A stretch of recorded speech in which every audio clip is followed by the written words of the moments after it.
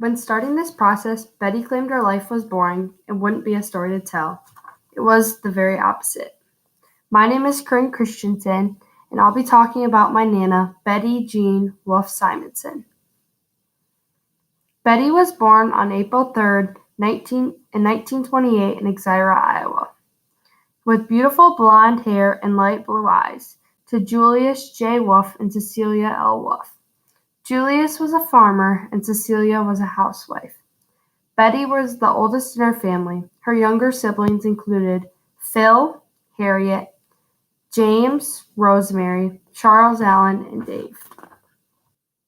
Exira is known for their 4th of July parades, Plow in the Oak, and the tree in the middle of the road. Betty grew up on a farm and had chores including picking corn, taking care of siblings, milking cows, chicken chores, and gardening. A memorable day Betty remembers is when Phil was riding a bike down a hill and didn't pull the brakes. He fell into a pile of hog manure at the bottom of the hill. Another memorable day Betty remembers is when there was a big blizzard coming, so Betty went to town with her father. They got stuck in town, so Betty went and stayed at a family friend's home in town. They spoiled her and bought her clothes. Betty was with them for weeks and enjoyed every bit of it. Betty's father had bought boxing gloves because somebody was always mad at someone, which he did not like. When you would fight or argue, you had to go fight it off outside. Away from chores, Betty would play with the bike or would play with Marty Sorensen, a friend she went to country school with. When celebrating birthdays, they had a party and the neighbors came. They played cards, ate food, and ate cake. Betty loved her mother's homemade fried chicken. Betty started school at age 7 at Hamlin 7, a country school.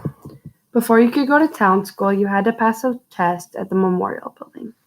Betty's favorite teacher was Pearl Jensen because she was dedicated.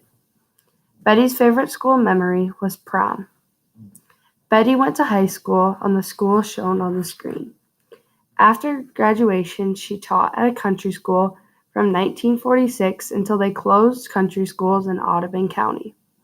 Then she worked at the ASCS office for 28 years and then later retired.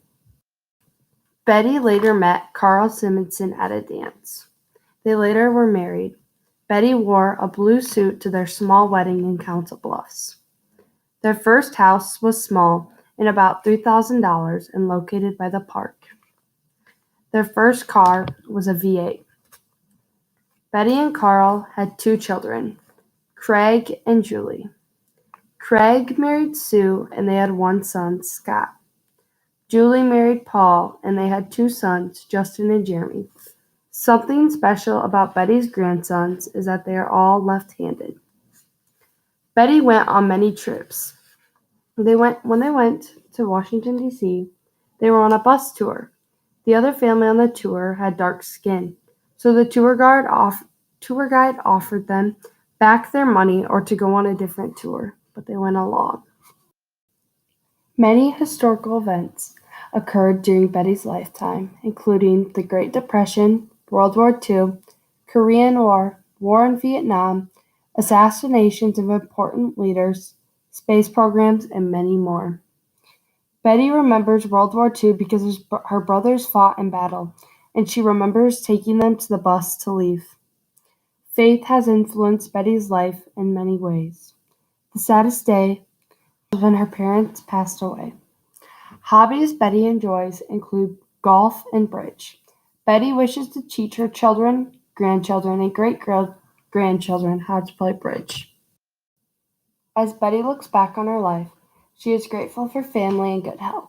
When people look at how healthy and active Betty is, they are surprised that she is 90 years old.